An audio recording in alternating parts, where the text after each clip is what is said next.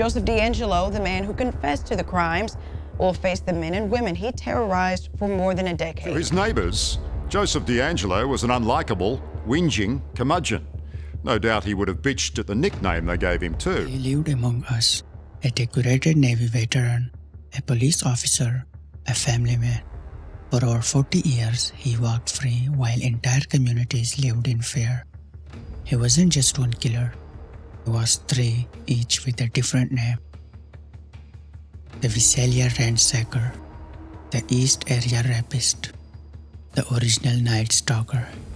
But in the end, he would be known by a name that would haunt California's history, the Golden State Killer. Joseph James DeAngelo Jr. was born on November 8, 1945 in Bath, New York. His early life seemed unremarkable on the surface. The son of a military family raised with discipline, but under the surface, darkness simmered. According to family members, DeAngelo witnessed his sister being raped by two airmen while the family was stationed in West Germany. His sister later revealed he was regularly abused by their father, trauma that may have planted the seeds of violence that would erupt decades later. As a teenager in California, DeAngelo attended Mills Junior High and Folsom High School. By then, disturbing behaviors had already emerged: animal cruelty, theft, and signs of budding sociopathy. In 1964, DeAngelo joined the Navy, serving in Vietnam aboard the USS Canberra and USS Piedmont. After his service, he studied criminal justice and yes, even graduated with honors. He eventually became a police officer, first in Exeter, then Auburn. Ironically, the man would go on terrorize California community, was sworn to protect them. But in 1979, he was caught shoplifting dog repellent and a hammer. He was fired, and in a terrifying twist of irony, this dismissal may have escalated his rage and his crimes. The first known wave of DeAngelo crimes began in Visalia between 1974 and 1975. Dubbed the Visalia's ransacker, he committed more than 120 burglaries, and they weren't random. He would break into homes, scatter women's underwear, steal sentimental items like wedding rings and coins, and ignore valuables like cash. His behavior wasn't driven by greed, it was psychological domination.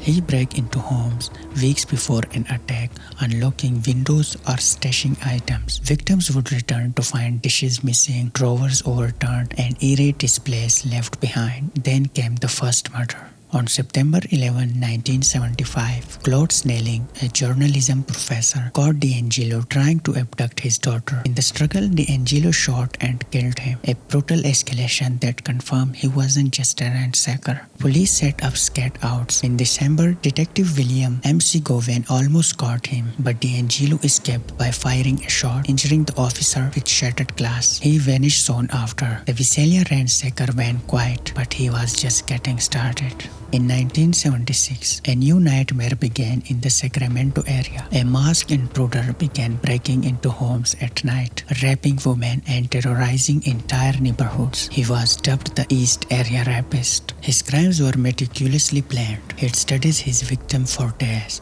learn their routines, disable outdoor lights, and break in silently. Often he would tie up the husband, place dishes on his back, and say, "If I heard them rattle, I will kill her."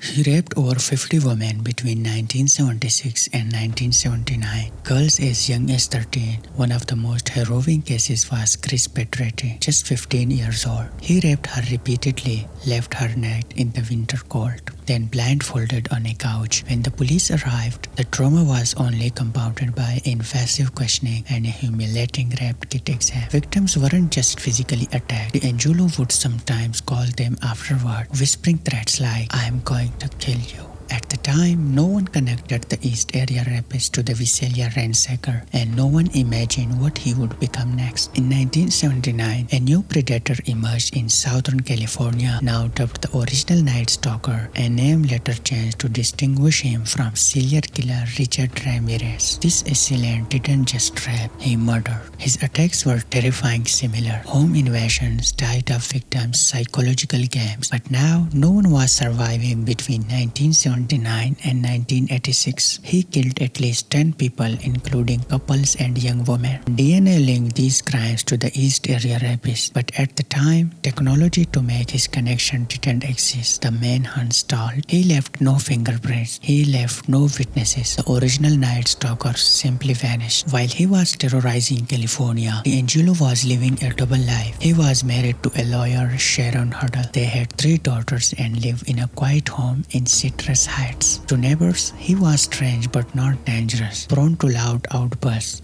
sometimes aggressive but mostly forgettable. No one was suspected the man mowing his lawn was one of the most prolific serial predators in US history. From 1990 to 2017, he was worked as a truck mechanic at Save Mart Distribution Center, retired invisible, forgotten. But justice had not forgotten him. In 2001, DNA technology finally revealed the truth. East Area Rapist, the original Night Stalker, and the Visalia ransacker, all the same man. The term Erones was born. Still, DeAngelo remained unidentified until 2018. In April 2018, after more than 4 decades, Joseph DeAngelo was arrested. He was 72 years old. The break came through a groundbreaking technique, forensic genealogy. Investigators uploaded DNA from one of the crime scenes into a public genealogy website and found a distant relative. Through family trees and sleuthing, they narrowed it down and put DeAngelo under surveillance. They obtained his DNA from discarded trash. It matched.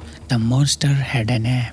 He was arrested at his home, the same home he had lived during many of the attacks. DeAngelo was charged with 13 counts of murder and multiple counts of kidnapping. Due to the statute of limitations, he couldn't be charged for most of the rapes, but he admitted to them in a plea deal to avoid the death penalty. On June 29, 2020, Joseph James DeAngelo pleaded guilty in a packed courtroom. Survivors, some now in their 60s and 70s, finally confronted the man who had shattered their lives. On August 21, 2020, he was sentenced to life in prison without parole. In his final statement, he muttered, "I have listened to all your statements, each one of them, and I am truly sorry."